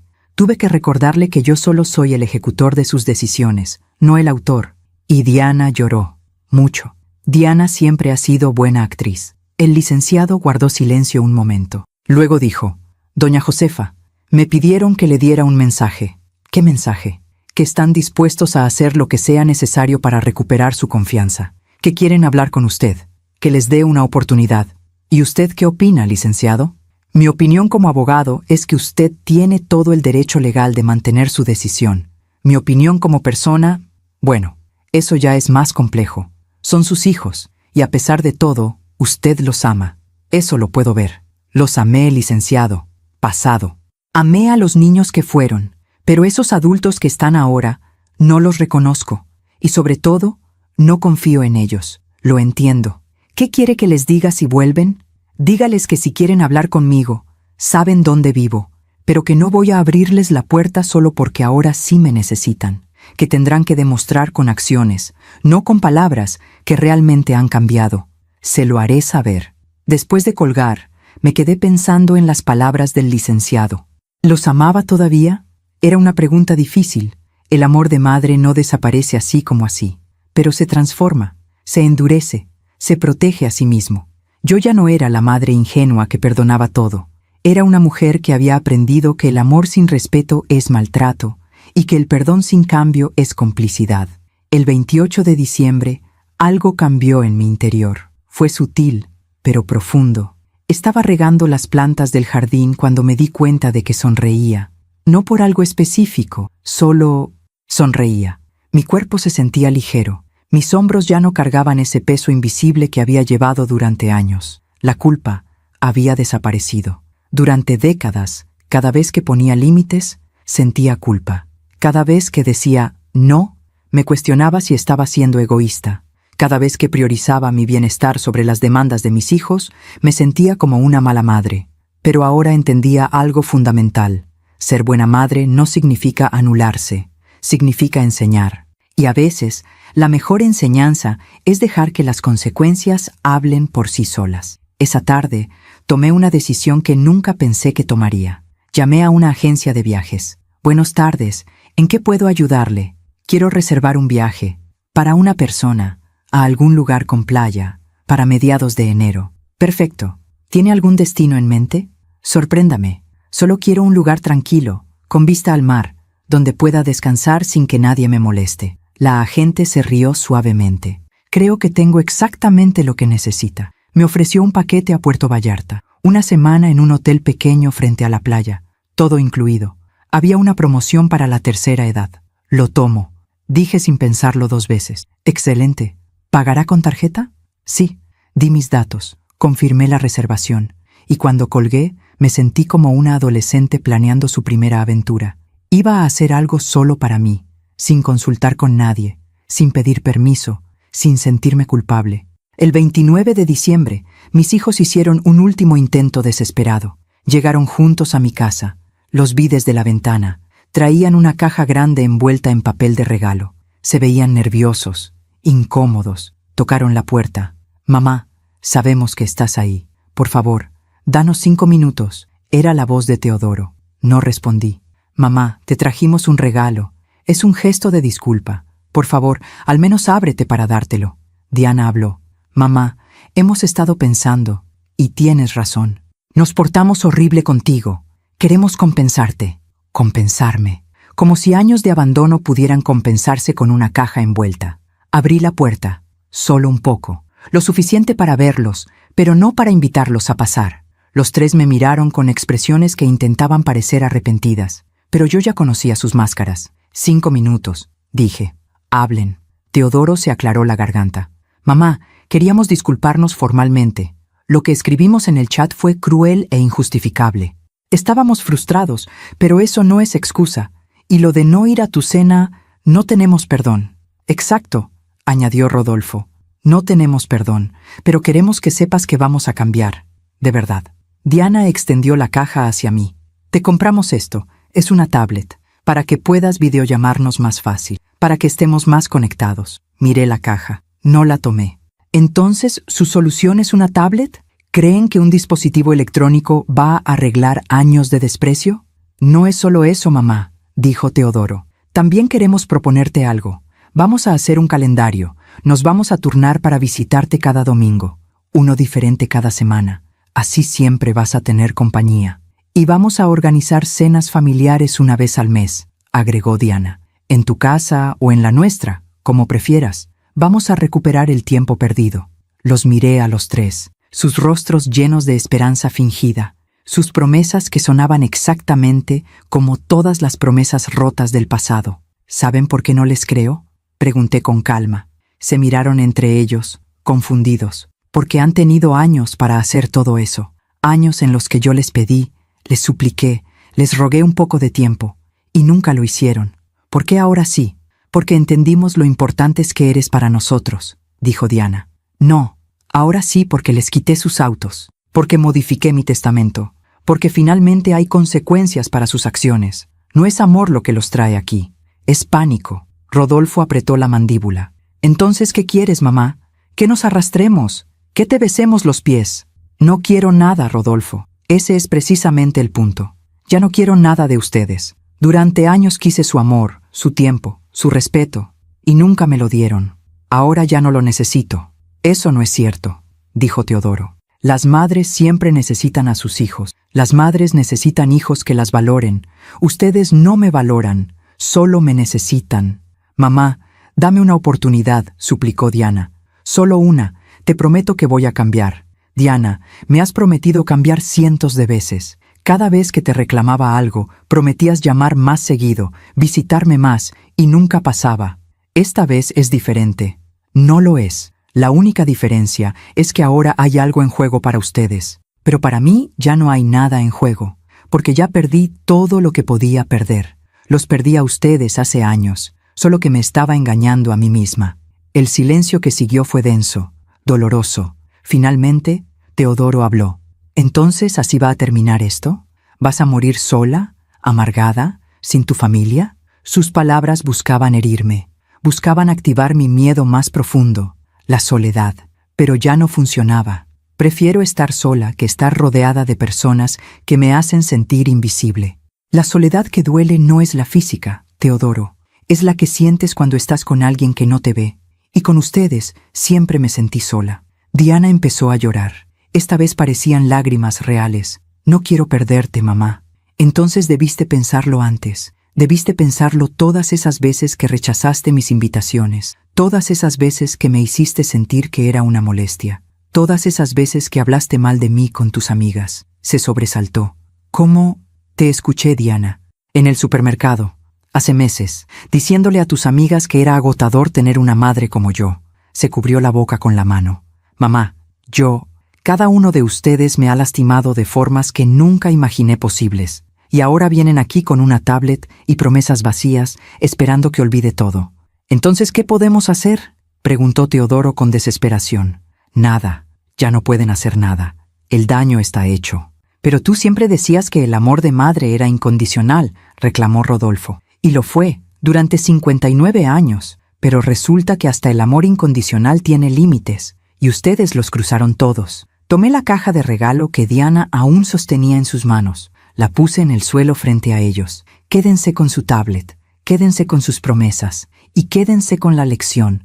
Las personas no son descartables. Y cuando decides tratar a alguien como si no importara, eventualmente esa persona va a creerlo, y va a dejarte ir. Cerré la puerta.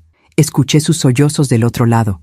Escuché sus súplicas. Pero esta vez mi corazón no cedió, porque finalmente había entendido algo fundamental. Dejarlos ir no era odio, era amor propio. Esa noche saqué mi anillo de bodas, el que Rafael me había dado hace 39 años. Lo miré bajo la luz de la lámpara. Todavía brillaba, a pesar del tiempo. Le hablé en voz alta, como si él pudiera escucharme. Perdóname, amor. Sé que querías que cuidara a nuestros hijos, que los mantuviera unidos, pero no pude. O tal vez cuidarlos significaba también enseñarles esta última lección. La lección de que las acciones tienen consecuencias y que el amor verdadero exige respeto. Guardé el anillo de nuevo en mi joyero y por primera vez desde su muerte sentí que Rafael estaría orgulloso de mí, no por haberme sacrificado, sino por finalmente haberme valorado. Hay una verdad que aprendí demasiado tarde en la vida. No necesitas vengarte de quienes te lastiman. La vida se encarga de eso sola. Las consecuencias naturales de nuestras acciones siempre encuentran el camino de regreso. Siempre. Y mis hijos estaban a punto de descubrirlo. Pasaron las primeras semanas de enero. Yo me preparaba para mi viaje a Puerto Vallarta. Compré ropa nueva, un traje de baño, sandalias cómodas, un sombrero de paja. Me sentía como una persona completamente diferente. Una versión de mí que había estado enterrada bajo años de obligaciones y sacrificios. Durante ese tiempo no supe nada de mis hijos. No llamaron, no escribieron, y yo tampoco los busqué. Pero la vida en una ciudad pequeña tiene sus formas de mantenerme informada. Las noticias llegaban a través de vecinos, de conocidos, de esas conversaciones casuales en el mercado, y las noticias no eran buenas, no para ellos. La primera en enterarme fue de Teodoro. Doña Carmela, mi vecina de toda la vida, tocó mi puerta un viernes por la tarde a principios de enero. Traía un Tupperware con tamales. «Josefa, te traje estos. Los hice esta mañana». «Gracias, Carmela. Qué detalle. Pasa, por favor». Nos sentamos en la cocina. Preparé café. Y como siempre pasa con las conversaciones de vecinas, eventualmente llegamos al tema que ella realmente quería discutir. «Oye, Josefa, ¿es cierto que tu hijo Teodoro se está divorciando?» Casi escupo el café. ¿Divorciando? ¿Teodoro? Sí. Mi comadre que vive cerca de él me contó. Dice que Laura se fue de la casa hace 2 semanas, que agarró al niño y se fue con su mamá. ¿Santiago? Sí, el niño. Dice mi comadre que hubo un escándalo bien feo, que Laura descubrió que Teodoro estaba gastando dinero en apuestas deportivas, mucho dinero, y que le había mentido sobre unas deudas que tiene. Me quedé en silencio, procesando la información. También dice que Teodoro anda muy mal, que lo han visto borracho en bares, que perdió un contrato importante en el trabajo porque llegó crudo a una junta con clientes. ¿Tu hijo siempre fue tan responsable? ¿Qué le pasó? No lo sé, Carmela, pero sí sabía. Sabía exactamente qué le había pasado. Durante años, Teodoro había construido una vida basada en apariencias, en proyectar éxito, en fingir que todo estaba perfecto. Pero las grietas siempre terminan por abrirse, y ahora, sin el auto que yo le había bloqueado, sin la red de seguridad que representaba saber que su madre siempre estaría ahí para rescatarlo, todo su castillo de naipes se estaba derrumbando. 2 días después, me enteré de Rodolfo. Estaba en el banco cuando escuché a 2 mujeres hablando en la fila. Y dice mi hijo que Rodolfo Tonantzin está en un lío tremendo, que le deben dinero a medio mundo, que intentó sacar un préstamo y se lo negaron porque tiene pésimo historial crediticio. ¿El hijo de Josefa? Ese muchacho siempre se veía tan próspero. Pura fachada, comadre. Resulta que el negocio que tenía quebró hace meses y ahora está tratando de vender cosas para pagar deudas, pero nadie le compra nada porque todos saben que está desesperado. ¿Y su esposa? Ah, su esposa. Esa también tiene lo suyo. Dice mi hijo que ella estaba harta de las mentiras de Rodolfo, que le descubrió que había empeñado hasta las joyas de ella para pagar sus deudas. Ahora ella está amenazando con dejarlo. Me alejé de la fila. No quería seguir escuchando, pero tampoco podía negar que sentía algo. No era satisfacción, era confirmación. Rodolfo había vivido toda su vida como si el dinero fuera infinito, como si pudiera pedir prestado sin devolver, como si las consecuencias de sus acciones nunca lo alcanzarían. Y yo había sido su cómplice, prestándole dinero que sabía que nunca me devolvería, rescatándolo de sus problemas financieros una y otra vez. Pero cuando le quité esa red de seguridad, cuando finalmente le dije «no más», su mundo se colapsó, porque nunca había aprendido a ser responsable. Nunca había tenido que enfrentar las consecuencias reales de sus decisiones, y ahora las estaba enfrentando todas de golpe. De Diana me enteré por casualidad, de la forma más inesperada. Estaba en una cafetería el 10 de enero, tomando un capuchino y leyendo un libro, cuando vi entrar a una mujer que reconocí vagamente. Era una de las amigas de Diana, la que había estado con ella aquella vez en el supermercado. Se sentó en la mesa de al lado con otra mujer, y como no me reconocieron, hablaron libremente. ¿Ya supiste de Diana Tonantzin? No. ¿Qué pasó? Perdió su trabajo. La despidieron. ¿En serio? ¿Por qué? Por varios errores graves. Parece que andaba muy distraída, muy estresada. Metió la pata en un proyecto importante y le costó a la empresa muchísimo dinero. La echaron sin liquidación.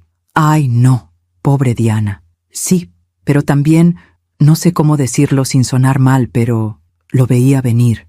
Diana siempre ha sido muy irresponsable. Gasta más de lo que gana. Vive en un departamento que no puede pagar. Se endeudó comprando cosas para aparentar. Y ahora sin trabajo. ¿Ya buscó otro? Dice que sí, pero está difícil. Su reputación en la industria quedó manchada.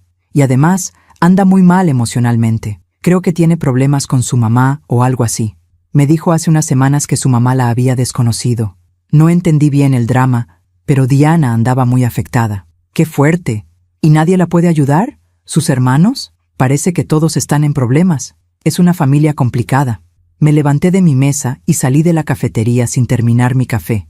Necesitaba aire fresco. Necesitaba procesar lo que acababa de escuchar. Diana, mi niña, estaba destruida, sin trabajo, sin estabilidad, sin rumbo.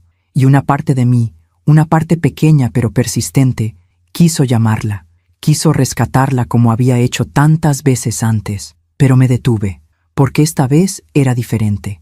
Esta vez, Diana tenía que aprender la lección que yo nunca le había enseñado, que las acciones tienen consecuencias. Que no puedes maltratar a las personas que te aman y esperar que siempre estén ahí para salvarte. Que la vida cobra sus cuentas. Regresé a casa con el corazón pesado. No era felicidad lo que sentía al saber que mis hijos estaban sufriendo. Era algo más complejo. Era la tristeza de ver que el dolor que yo había tratado de evitarles durante toda su vida finalmente los había alcanzado. Pero al mismo tiempo, había una sensación de justicia. No la justicia que yo había buscado, sino la justicia natural de la vida, la que dice, lo que siembras, cosechas. 2 semanas después, el 19 de enero, un día antes de mi viaje a Puerto Vallarta, recibí una visita inesperada. Era Laura, la esposa de Teodoro. Bueno, exesposa en proceso. Tocó mi puerta con suavidad. Cuando abrí, me sorprendió verla. Estaba más delgada, ojerosa, pero había una determinación en sus ojos que no había visto antes. «Doña Josefa, ¿puedo pasar?» «Laura, claro, pasa». Entramos a la sala. Le ofrecí agua.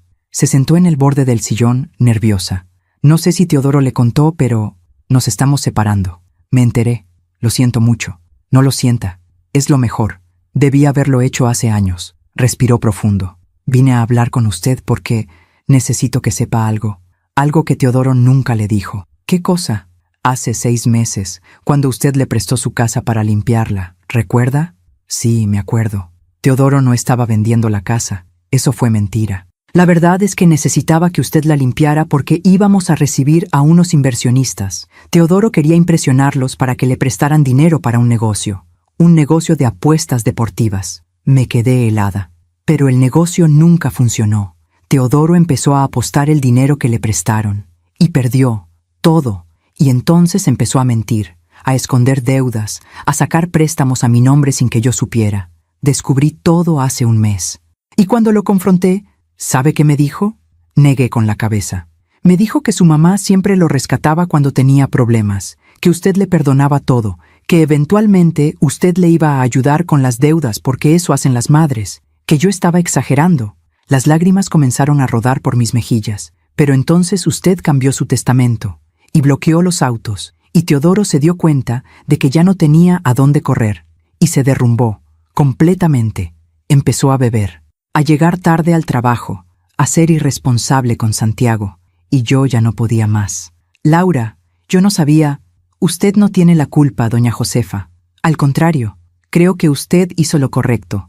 Teodoro necesitaba tocar fondo, necesitaba aprender que sus acciones tienen consecuencias. Yo solo vine a decirle eso, y a agradecerle. ¿Agradecerme? Sí, porque lo que usted hizo me dio el valor de hacer lo mismo, de poner límites, de no seguir siendo cómplice de su irresponsabilidad. Se levantó del sillón. Solo quería que supiera la verdad. Teodoro está mal, pero es consecuencia de sus propias decisiones, no de las suyas. La acompañé a la puerta. Antes de irse, se giró.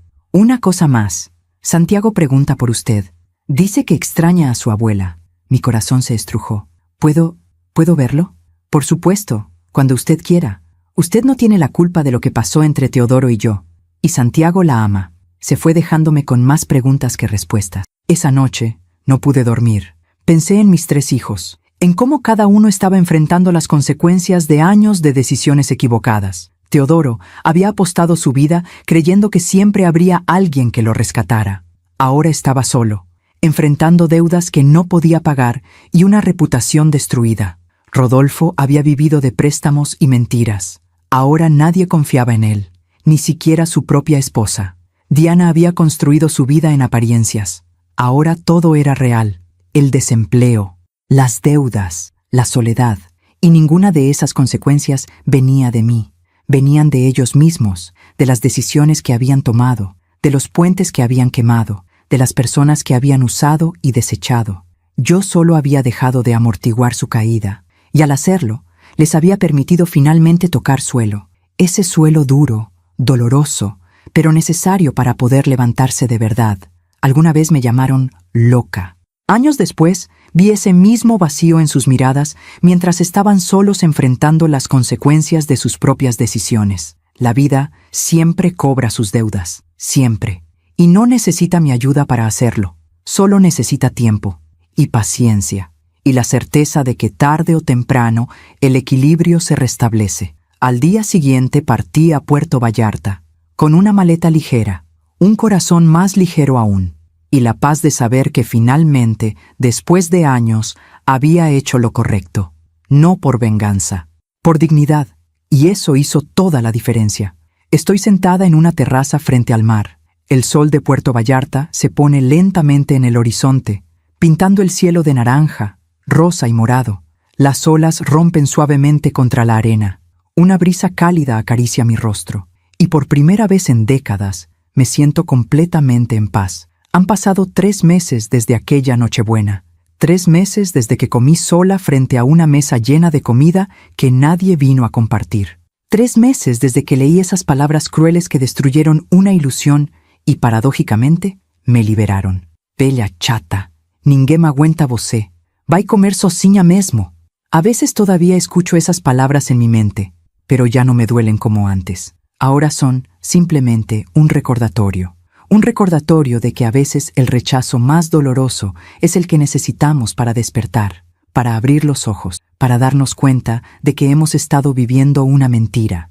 La mentira de que el amor de madre es suficiente, de que si amas lo suficiente, das lo suficiente, te sacrificas lo suficiente, eventualmente serás correspondida, valorada, amada de regreso. Pero no es así, y esa es una verdad que todas las madres deberíamos aprender. No podemos obligar a nadie a amarnos, ni siquiera a nuestros propios hijos. Durante mi semana en Puerto Vallarta hice cosas que nunca había hecho. Caminé por la playa al amanecer, sintiendo la arena entre mis dedos. Leí 3 libros sentada bajo una palapa. Tomé clases de yoga. Comí mariscos frescos sin preocuparme por el precio. Conversé con otras mujeres de mi edad que también viajaban solas, cada una con su propia historia de liberación. Y me di cuenta de algo fundamental. No estaba sola. Estar sola y sentirse sola son 2 cosas completamente diferentes. Durante años, rodeada de mis hijos, me sentí profundamente sola. Pero ahora, físicamente sola en una playa a cientos de kilómetros de mi casa, me sentía acompañada. Acompañada por mí misma. Y eso era suficiente. Cuando regresé a casa, encontré 3 cajas en mi porche. Reconocí la letra en las etiquetas. Eran las cosas que había empacado de mis hijos. Se las había enviado por paquetería, no como un acto de crueldad, sino como un acto de cierre. Ellos necesitaban recuperar sus recuerdos, y yo necesitaba liberar espacio en mi casa y en mi corazón. También encontré cartas, una de cada uno. Las leí con calma, sentada en mi sala, con una taza de té entre mis manos. La carta de Teodoro era larga. Hablaba de su divorcio, de sus problemas, de cómo había tocado fondo, y al final decía: «Mamá, tenías razón en todo. Necesitaba esto, necesitaba caer para entender lo que había hecho. Estoy en terapia, estoy luchando con mis adicciones, estoy tratando de ser un mejor padre para Santiago. Y algún día, espero poder ser un mejor hijo para ti. No te pido que me perdones ahora, solo te pido que sepas que finalmente entendí. Gracias por no rescatarme esta vez. Fue el acto de amor más difícil que pudiste hacer, y el que más necesitaba. Lloré al leer esa carta, no de tristeza, sino de esperanza. Teodoro estaba cambiando, no por mí, sino por él mismo, y eso era lo único que importaba. La carta de Rodolfo era más corta, más directa. Mamá, te debo una disculpa que no sé cómo expresar. Te usé durante años, te vi como un banco, no como una persona, y cuando finalmente me dijiste que no, me enojé. Pero ahora entiendo. Mi esposa me dejó, perdí casi todo, pero estoy reconstruyendo. Empecé de cero, conseguí un trabajo humilde, pero honesto. Estoy pagando mis deudas, una por una, y te voy a pagar lo que te debo, aunque me tome años, porque eso es lo correcto, y porque finalmente entendí que ser hombre no significa tener éxito, significa tener palabra. Perdóname, mamá. Y gracias por no ser cómplice de mi irresponsabilidad. También lloré con esa carta. Rodolfo estaba aprendiendo. A los 33 años, estaba aprendiendo lecciones que debió haber aprendido a los 20. Pero más vale tarde que nunca. La carta de Diana era la más emotiva. Mamá, pasé toda mi vida tratando de impresionar a gente que no importaba. Construí una versión de mí misma basada en apariencias, en likes, en validación externa. Y en ese proceso, olvidé a la persona que siempre estuvo ahí. A ti. Te di por sentada. Te traté como si fueras un mueble más de mi vida. Algo que siempre estaría ahí, sin importar cuánto lo descuidara. Perdí mi trabajo, perdí mi departamento, perdí casi todo lo que creía que me definía. Y en ese vacío, finalmente me di cuenta de lo que realmente importaba. Las personas, las relaciones verdaderas, el amor que no pide likes ni validación. Solo existe. Estoy reconstruyendo mi vida. Volví a estudiar. Conseguí un trabajo sencillo en una librería. Y por primera vez en años, soy genuinamente feliz, porque dejé de pretender. Mamá, no sé si algún día me perdonarás, pero quiero que sepas que te entiendo y que te amo, de verdad. No el amor condicionado que te mostré antes, sino el amor real, el que duele cuando te das cuenta de cuánto daño causaste. Gracias por enseñarme la lección más dura y la más necesaria. Guardé las 3 cartas en mi cajón. No respondí, todavía no, porque algunas cosas necesitan tiempo. Y algunas relaciones necesitan reconstruirse desde cero, con cimientos nuevos, no con las ruinas del pasado. 2 semanas después, Laura me llamó. Me preguntó si quería ver a Santiago. Acepté sin dudarlo.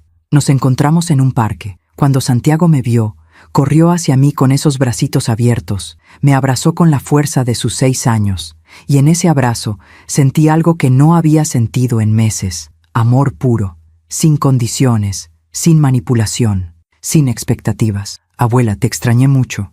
Yo también te extrañé, mi amor. Pasamos la tarde jugando. Laura me contó que Teodoro estaba progresando en su tratamiento, que había conseguido un nuevo trabajo, más modesto, pero más estable, que estaba siendo un padre presente para Santiago. No sé si algún día volveremos a estar juntos, me dijo Laura, pero sé que Teodoro está cambiando. De verdad, y gran parte de eso es gracias a usted. No es gracias a mí. Es gracias a él, a su decisión de enfrentar sus problemas. Pero usted lo empujó a hacerlo. Usted le quitó la red de seguridad, y eso le salvó la vida. Esa noche, acostada en mi cama, pensé en todo lo que había pasado, en cómo un solo momento, una sola decisión, en una noche de Navidad, había cambiado el curso de mi vida y de las vidas de mis hijos. Si les hubiera perdonado una vez más, si hubiera ignorado ese mensaje cruel, si hubiera seguido siendo la madre incondicional que siempre fui, nada habría cambiado. Ellos habrían seguido usándome y yo habría seguido anulándome. Pero tomé la decisión difícil, la decisión que ninguna madre quiere tomar, dejarlos caer. Y en esa caída, finalmente aprendieron a volar. Hoy, 4 meses después de aquella Nochebuena, mi vida es completamente diferente. Tengo una rutina nueva. Me levanto temprano y camino por el parque. Desayuno en una cafetería donde he hecho amigas. Voy a clases de pintura los miércoles. Visito a Santiago cada 15 días. Y planeo otro viaje para junio, esta vez a Oaxaca. Mis hijos están en mi vida, pero de una forma diferente, más sana, más equilibrada. Teodoro me llama cada domingo, no para pedirme algo, sino para platicar. Rodolfo me depositó 1,000 pesos el mes pasado. Es una cantidad pequeña, pero es el primer pago de su deuda. Y lo que más importa, es un gesto de responsabilidad. Diana me visitó hace 2 semanas, trajo flores, se disculpó de nuevo, y pasamos la tarde cocinando juntas, sin hablar del pasado, solo disfrutando el presente. No sé si algún día nuestra relación será como yo soñaba. Probablemente no, porque los sueños basados en ilusiones nunca se cumplen.